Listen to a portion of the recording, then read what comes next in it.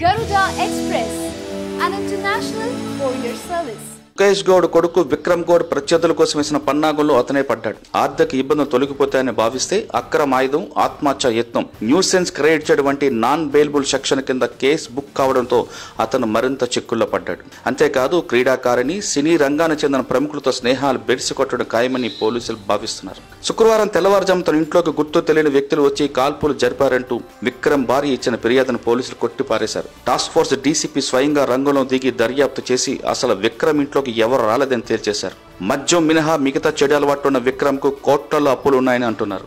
శనివారం నాడు ముషీరాబాద్ చెందిన ఓ ఫైనాన్షియర్ కు 30 లక్షలు ఇస్తానని చెప్పిన విక్రమ్ డబ్బులు అందకపోవడంతో కాల్పుల కథ అల్లాడని పోలీసులు అంటున్నారు.